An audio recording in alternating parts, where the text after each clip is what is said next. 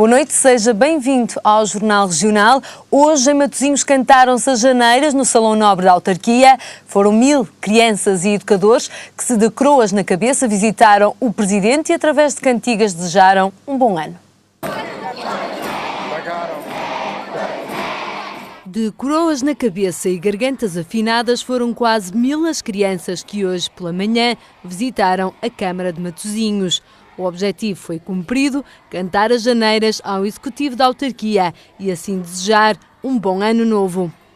O Presidente foi na cantiga dos mais novos e deixou-se levar pelos reis de palmo e meio que encheram o edifício e também cantou.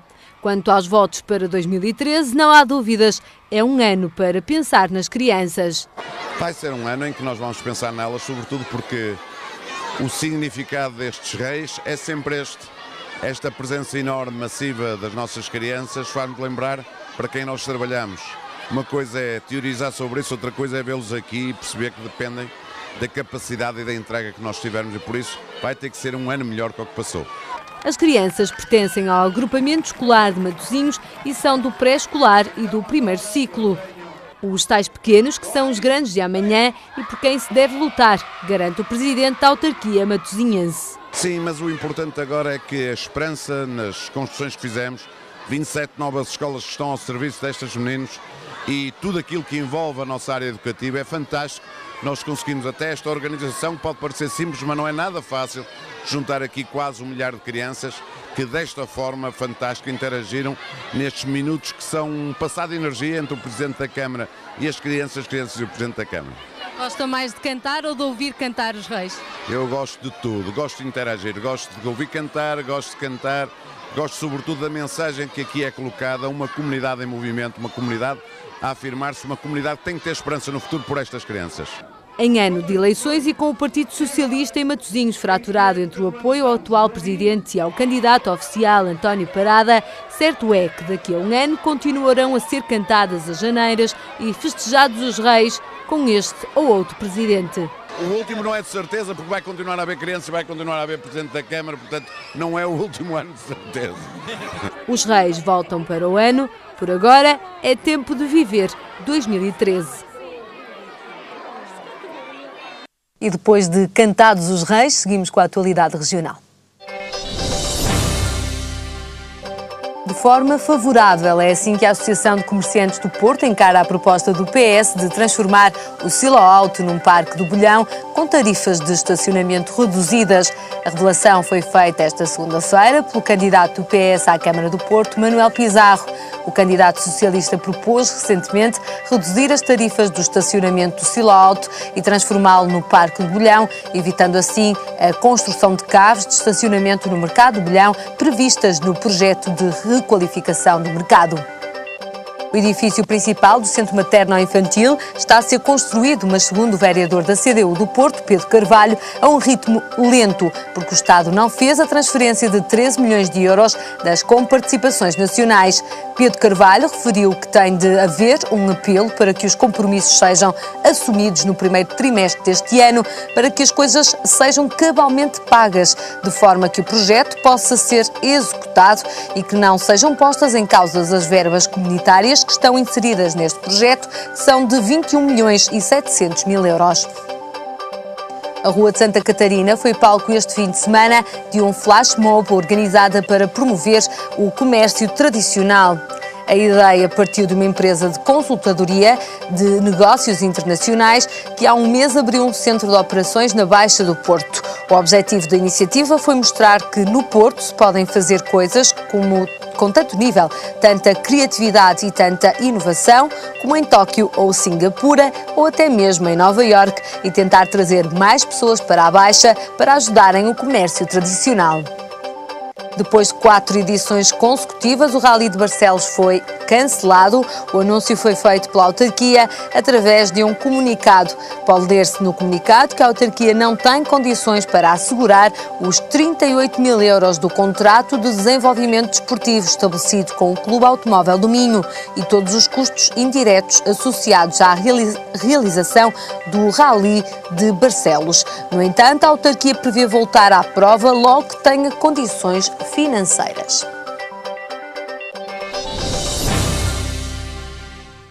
consumo de energia baixou em 2012, um recuo que coloca o país em níveis de consumo de 2006. Estes são dados da REN, que adiantam ainda que as energias renováveis alimentaram 37% do consumo nacional. Quebra na produção hidroelétrica, crescimento da produção eólica, mais importação de eletricidade e menos consumo. Assim se pode caracterizar 2012 em termos de energia elétrica. O consumo recuou 3,6% no ano passado e está em valores de 2006. 2012 é também o segundo ano consecutivo na redução dos consumos, que acumulam já uma quebra de 6% face ao máximo ocorrido em 2010. Os dados da Rede Energética Nacional apontam ainda para o aumento da produção de energia eólica em 11%, tendo esta abastecido 20% do consumo. No conjunto, a produção de origem renovável correspondeu a 37% do consumo, abaixo dos 45% registados em 2011, que teve condições hidrológicas mais próximas dos valores normais. As centrais térmicas a carvão e gás natural abasteceram 47% do consumo, enquanto as importações asseguraram os restantes 16%. Já em setembro, a quebra no consumo de energia elétrica era antecipada com um recuo de 4,2%, que foi atenuado pela sazonalidade dos meses de outono e de inverno. 2011 foi caracterizado pela palavra austeridade. Agora é a vez de 2012 ser nomeado pela palavra do ano. A votação promovida pela Porto Editora elegeu a palavra entroicado como aquela que melhor descreve o ano que passou. Entroicado é a palavra escolhida pelos portugueses como a palavra do ano 2012. O ano passado era austeridade a palavra que mais sobressaía no dicionário dos portugueses, que este ano escolheram o bizarro adjetivo entroicado.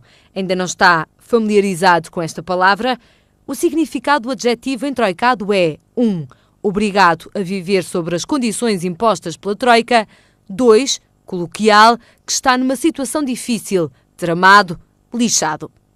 A votação é organizada pela Porto Editora, que adiantou que o segundo lugar foi alcançado pela palavra desemprego, ou seja, alguém que está entroicado, e em terceiro lugar surge a palavra solidariedade, algo que pode desentroicar o país e os portugueses. 12.500 pessoas participaram nesta votação e elegeram este vocábulo recente da língua portuguesa, que tem na sua gênese a palavra troika, juntando-se à esquerda o prefixo "n" e à direita o sufixo "ado", sendo que esta é uma das formas mais produtivas que a língua portuguesa apresenta na formação de novos vocábulos. A palavra entroicado sucede à austeridade como palavra do ano, tendo em 2010 sido eleita a palavra vuvuzela e em 2009 esmiuçar. Em 2011, em segundo lugar, ficou a palavra esperança, que este ano não entrou sequer nas candidatas a palavra do ano. No comunicado enviado, a Porto Editora acrescenta que, com base nestes resultados, poder-se-á dizer que entroicado traduzirá o sentimento geral que se vive no país. Os portugueses sentir-se-ão entroicados, dadas as condições de austeridade impostas pela Troika. Foi a crise socioeconómica que Portugal atravessa e o seu impacto na vida dos portugueses que conduziram ao registro deste neologismo no Dicionário da Língua Portuguesa Online da Porto Editora.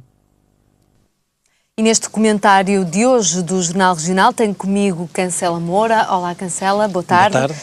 Sejas bem-vindo. Antes de começarmos nos temas nacionais e também regionais, pedia-lhe uma breve reação à vitória, ao prémio entregue de melhor treinador e também melhor jogador. Melhor treinador ficou mesmo para Vicente Del Bosque, melhor jogador para Lionel Messi. 2 portugueses estavam na corrida e os 2 vieram para casa sem nada. Eu penso que num dos casos é perfeitamente compreensível. Julgo que o Messi é a 4ª vez que ganha o troféu e penso que com alguma normalidade, com alguma naturalidade poderíamos encarar isso, porque estamos a falar de 2 jogadores, entre o Messi e o Ronaldo, um equilíbrio muito grande daquilo que possa ser o seu desempenho, e as opiniões dividem-se, mas até acho que possa ser com uma certa naturalidade. E também existe aqui um fio condutor com algum denominador comum para poder aferir exatamente a bitola dos 2. Relativamente ao prémio de melhor treinador, eu confesso que estou um pouco surpreendido, porque Vicente Del Bosque, para além do mais, é um selecionador. O Guardiola, obviamente, está no desemprego, no fundo não está em atividade, e de facto julgo que há aqui uma certa injustiça, se nós assim pudermos dizer, não puxar o nacionalismo para cima da mesa, não é isso que importa, mas efetivamente o desempenho de José Mourinho, do ponto de vista de um treinador com a carreira que ele tem tido nos países onde tem estado, é de todo, em todo, incomparável com um desempenho. Já sei que Vicente Del Bosque foi campeão do mundo, mas isso não significa que, por ser o detentor de um troféu, que efetivamente possa, só por isso ou só por si, significar que seja ou tenha um melhor desempenho técnico que Mourinho. Penso que aqui é que é a grande, eu diria, surpresa desta gala da FIFA. Mas poderá ser algum tipo de reconhecimento da FIFA a Vicente Del Bosque? Talvez aquilo que alguns comentadores já fizeram notar é que isso seria uma espécie de prémio carreira, porque estamos a falar de um treinador que de facto tem uma idade um pouco já mais avançada, pouco mais irá fazer em termos da sua carreira profissional enquanto treinador, e daí que efetivamente isso possa ter pesado na decisão final. Mas o que também não abona em nada, nem para a atribuição do prémio, nem para os argumentos que eu apresentei há bocadinho. Cristiano Ronaldo poderá ficar um pouco desmotivado, não só pelo prémio, mas também pelo período que se está a viver neste momento no Real Madrid? Eu penso que a grande diferença, eu disse que são dois jogadores com um grande equilíbrio do ponto de vista técnico e que são vistos como dois portentos, dois fenómenos completamente à parte daquilo que nós conhecemos no futebol. Eu penso que a grande diferença que existe é um bocadinho essa, por exemplo, nós não temos que estar aqui a falar em emus ou eventuais desmotivações de Cristiano Ronaldo, pelo contrário. Não me parece que até para ele seja bom que assim seja. A grande diferença, como dizia, entre os dois tem a ver exatamente com isso. Eu acho que Messi é um jogador extremamente humilde, não está tão preocupado com aquilo que dizem dele, tenta esforçar-se em campo, não só porque é o melhor, mas para provar o que é que seja, mas goza com o facto de ter uma profissão que lhe permite, no fundo, dentro do campo, dar aso a toda a sua criatividade, e nós já vimos Cristiano Ronaldo, por vezes, sofre muito dessas pechas ou de estar motivado, ou se sentir triste, como ultimamente no Real Madrid, ou até na seleção, quando acha que efetivamente tudo tem que rodar à volta dele próprio. Portanto, eu acho que a grande diferença e a aprendizagem que Cristiano Ronaldo pode fazer para o futuro é que, efetivamente, do ponto de vista pessoal, ele tem muito que dar ao futebol, é de facto um jogador extraordinário e pode, de facto, pelos anos que estão pela frente, fazer muito melhor, estar outra vez nomeado. O facto de estar nomeado também é importante que se diga, é muito importante perceber numa gala desta dimensão que termos, pelo menos como tivemos, quer José Mourinho, quer Cristiano Ronaldo, o facto de estar nomeados é muito importante para a projeção que estas pessoas dão ao país e, sobretudo, no desempenho da sua atividade profissional. Portanto, Cristiano Ronaldo terá, com certeza, muito mais oportunidades e eu penso que poderá ficar, eu não diria a perder, mas terá, de facto, esta diferença com o Messi, que eu julgo que é muito significativa do ponto de vista do seu desempenho profissional. De resto, Cristiano Ronaldo é o único português que figura no 11 eleito também pela FIFA. E nós continuamos agora com os nossos temas. Hoje os deputados do PCP, do Bloco de Esquerda e também do Partido dos Verdes entregaram um requerimento ao Tribunal Constitucional com caráter de urgência para a revisão de 10 normas de orçamento para este ano. O Presidente da República, semana passada, já o fez. O Procurador-Geral da República também o fez esta semana. Estes pedidos, Cancela, podem, de alguma forma, atrasar a execução orçamental deste ano? Não, primeiro porque o orçamento já está em vigor. Aliás, a primeira questão que aqui convém até previamente suscitar tem a ver com isto. O Presidente da República, penso que de forma mais ou menos avisada, há quem discorde, por exemplo, Jorge Miranda disse e criticou o facto de esta fiscalização ser sucessiva. Ou seja, não ser preventiva. Exatamente. E ele, no entender dele, acha que as normas, e nomeadamente o pedido feito pelo Presidente da República, deveria ter sido uma fiscalização preventiva, deveria incidir sobre a proposta de lei propriamente dita e não agora sobre algumas normas de um orçamento que já está em vigor.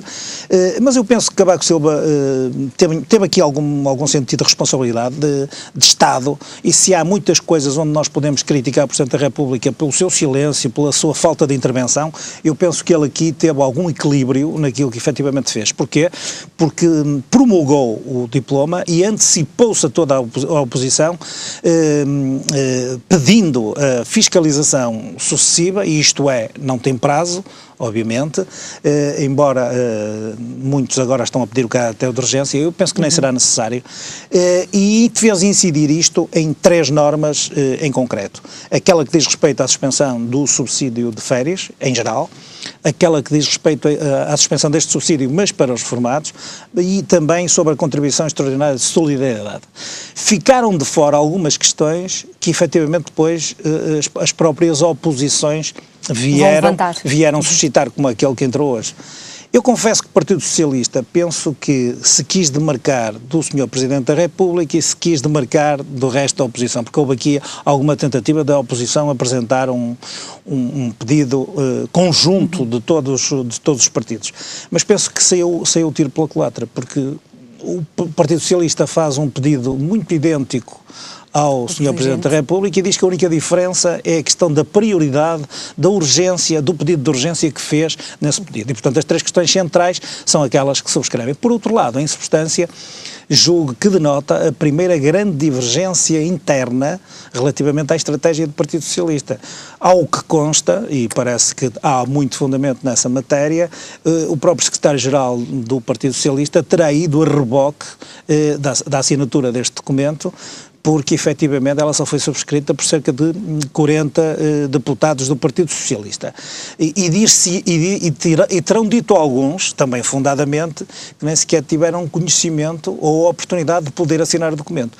Eu relembro que esta questão foi suscitada por José Lelo há umas semanas atrás, onde os deputados do Partido Socialista antecipavam que um conjunto deles, e aqui também convém fazer um parênteses para dizer que o número mínimo de assinaturas para uma fiscalização desta natureza são 23 deputados e, portanto, o pedido hoje, por exemplo, do Bloco de Esquerda, do PCP e dos Verdes são 24, portanto foi quase à justa, mas dizia eu que José Lelo veio dizer que um conjunto de deputados do Partido Socialista, e quando estamos a falar de José Lelo estamos a falar da ala socrática do Partido Socialista, gostaria de ver submetido a fiscalização sucessiva as normas, ou iriam pedir, caso suscitassem dúvidas à volta desta matéria.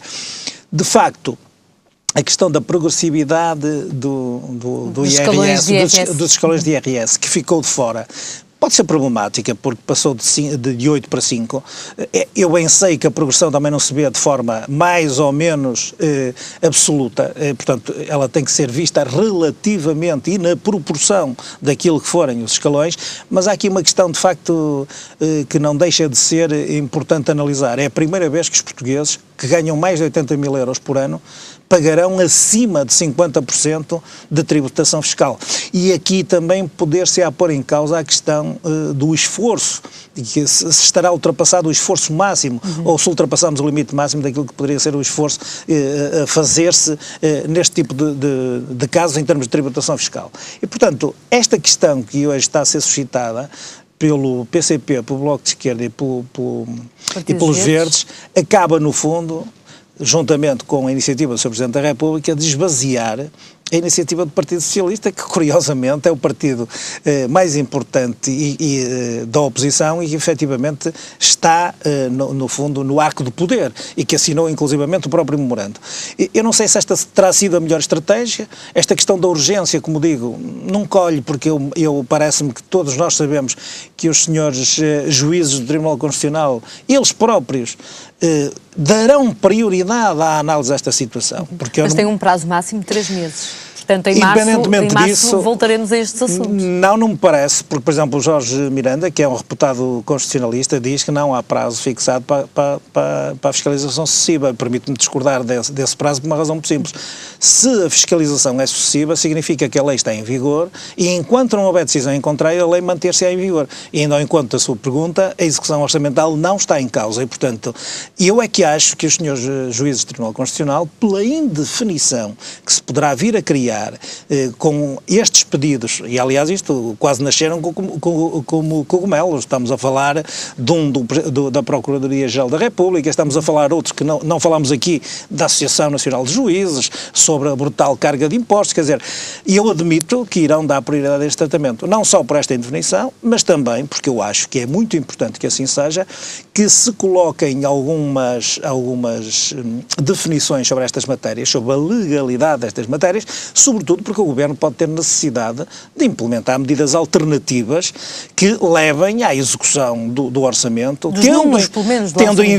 tendo em vista naturalmente o cumprimento do memorando. Portanto, já ano passado houve uma decisão do Tribunal Constitucional que eu relembro, que até foi muito criticada por fazer valer... Era essa a minha questão. O ano passado houve um entender dos juízes à situação que o país vivia. E este ano? Não, eu estava a tentar dizer que eu acho que, naturalmente, o Poder Judicial é um poder independente do poder político, mas nós não podemos aqui descurar que o Tribunal Constitucional é composto por uma grande maioria, na sua maioria, os deputados elegem estes membros do Tribunal Constitucional e, obviamente, há aqui uma ponta de órgão político que ninguém pode ignorar. E aquilo que aconteceu ano passado é que o Tribunal Constitucional veio dizer que, efetivamente, havia razões, por causa portanto, da não distribuição equitativa dos sacrifícios, nomeadamente o princípio da igualdade, veio pôr em causa a questão do corte de subsídios. E pondo em causa o corte de subsídios, fê-lo para o futuro, fê-lo para depois, para 2013, fazendo validar, e esta é que foi a polémica, então se era ilegal, porque é que não o declararam como ilegal logo no momento da apreciação? E aí sim tiveram em consideração a situação do país, as responsabilidades internacionais. E eu penso que, naturalmente, o Tribunal Constitucional dará prioridade e não deixará de ponderar todos estes critérios em termos de decisão final. Passamos para o nosso segundo tema. De acordo com o Instituto de Infraestruturas Rodoviárias, as autoestradas perderam 245 mil carros por dia no mês de setembro, quando comparado com o mesmo mês do ano de 2011.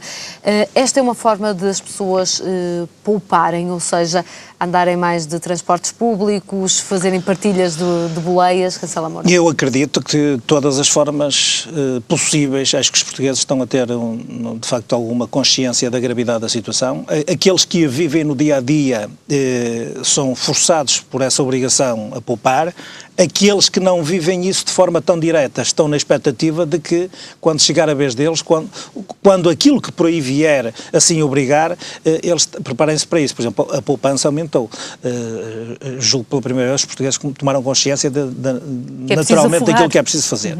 Mas depois estas questões também não podem ser. Por exemplo, esta questão, nós estamos a falar de um período extremamente curto, nós estamos a falar do mês de setembro, e eu penso que é um reflexo natural que tem vindo a acontecer, porque de facto as portagens estão mais caras, os transportes públicos estão mais caros, quer dizer, tudo está mais caro e eu julgo que...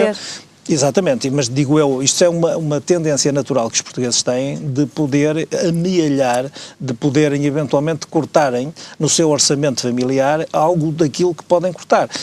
Vi em algumas reportagens que, por exemplo, as pessoas já estão a ponderar os contratos que têm com a televisão por satélite, porque muitas vezes têm 50 canais e não passam de ver 10 ou 12. E, portanto, isto é uma consciencialização daquilo que é prioritário gastar. Esta questão dos carros, penso que até, por exemplo, o setor, dava aqui um exemplo, não tem nada a ver com Portugal, mas, por exemplo, o Brasil teve uma descida na venda de carros de 2% em 2012. E porquê é que esta descida parece significativa? Porque o Brasil vai crescer quase 1% só em PIB, mas teve entre novembro e dezembro deste ano uma caída de venda de veículos de 14%. Isto é significativo porque no Brasil houve uma tentativa e houve quase um volume recorde de vendas, com um incentivo ao setor automóvel que fez crescer as vendas de forma muito significativa. Ora, se num país que é uma potência mundial, emergente, está a acontecer uma coisa destas, associado ao mesmo setor, porque os carros depois têm que, obviamente, utilizar as autoestradas, não me parece que seja só a questão da austeridade que deva estar a contar para este efeito de redução de despesas familiares. A este propósito, eu lembro que o Semanário Sol fez uma reportagem muito interessante há muitas semanas atrás, eu julgo que no início de novembro, onde reportava que grande parte daquilo que os portugueses fazem do ponto de vista do seu cotidiano está taxado ou está quantificado em cerca de 10%. Quer dizer, os portugueses, em tudo aquilo que fazem, e nós estamos a falar provavelmente nas questões de idas ao cinema, nas idas ao futebol, os espetáculos, na cultura, estamos a falar na utilização de hotéis, estamos a falar em reduções entre os 10%, os 15% e os 17% de despesas. Porquê? Porque eu acho que, de facto, os portugueses começaram a ganhar consciência que seria muito importante, numa situação destas, anteciparem eles próprios as dificuldades financeiras que o seu orçamento familiar tem.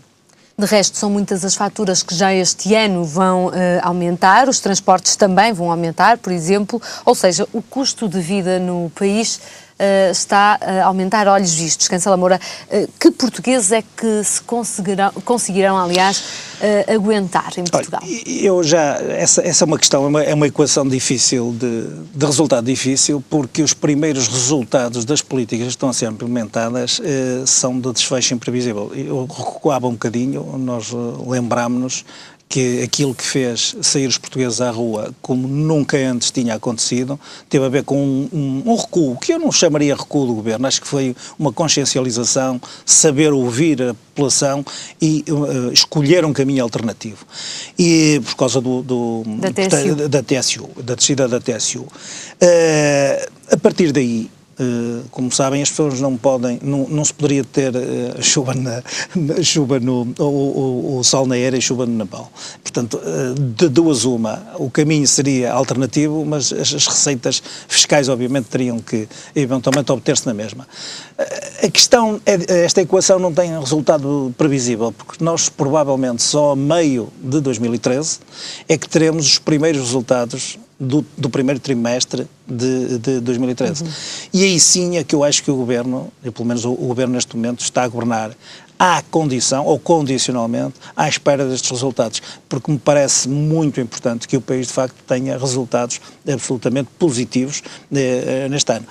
Vítor Gaspar foi dizendo no decurso deste ano que provavelmente começará, e aliás os organismos internacionais também avançam com isso, no segundo semestre de 2013, provavelmente haverão indicadores positivos infletindo a posição atual de recessão e provavelmente de retoma da própria economia. E eu espero que efetivamente assim seja. Há alguns indicadores, por exemplo, ao nível do setor bancário, onde os próprios empréstimos já não são, entre aspas, assistidos pelo Estado, garantidos pelo Estado, e onde, neste caso, o BES já conseguiu isso, o que pode vir a antecipar alguma melhoria em termos macroeconómicos. Olhamos também para o caso Banif. Pois é verdade, mas nós não podemos, nós temos que tentar ter alguma ambição de perceber que isto possa eventualmente acontecer em termos de resultados macroeconómicos. Também nem tudo correu absolutamente mal. Por exemplo, os juros da dívida pública desceram substancialmente a níveis nunca antes, ou que estão muito abaixo daquilo quando pedimos ajuda externa. Agora, a outra questão que me parece que é o contraponto disto, é o cidadão comum, e assim é muito difícil equacionar até que ponto e em que circunstâncias é que se vai aguentar esta carga fiscal, porque vai haver naturalmente, como está a haver, uma economia paralela que neste momento chega quase aos 25%, que eu acho que é resultado natural e nós não podemos eventualmente ignorar isso, destas dificuldades que os cidadãos vivem no seu dia-a-dia. Cancela Moura, obrigada pelo seu comentário neste Jornal Regional. Nós avançamos agora a conhecer a capa do Jornal Audiência para amanhã. Já temos a capa no ar, uma capa que sai amanhã, com um destaque dado aos 1000 alunos do Conselho que cantaram as janeiras a Guilherme Pinto. Mais abaixo, e ainda em Matosinhos, 150 crianças de Guifões levam a cena um espetáculo de Natal. Ao lado, em Vila Nova de Gaia, o habitual mergulho em Golpilhás para dar as boas-vindas ao Ano Novo. Nesta edição, ainda a não perder as entrevistas exclusivas a António Parada, Pedro Vinha da Costa e a Marco Martins. Audiência amanhã, então, nas bancas. Agora as previsões do tempo para amanhã. O sol dos primeiros dias de janeiro vai embora na terça-feira e dá lugar às nuvens, com a possibilidade da ocorrência de aguaceiros, sobretudo no litoral do país, segundo o Instituto Português do Mar e da Atmosfera. Quanto às máximas, 14 graus para o Porto, 15 para Lisboa e 16 graus para Faro.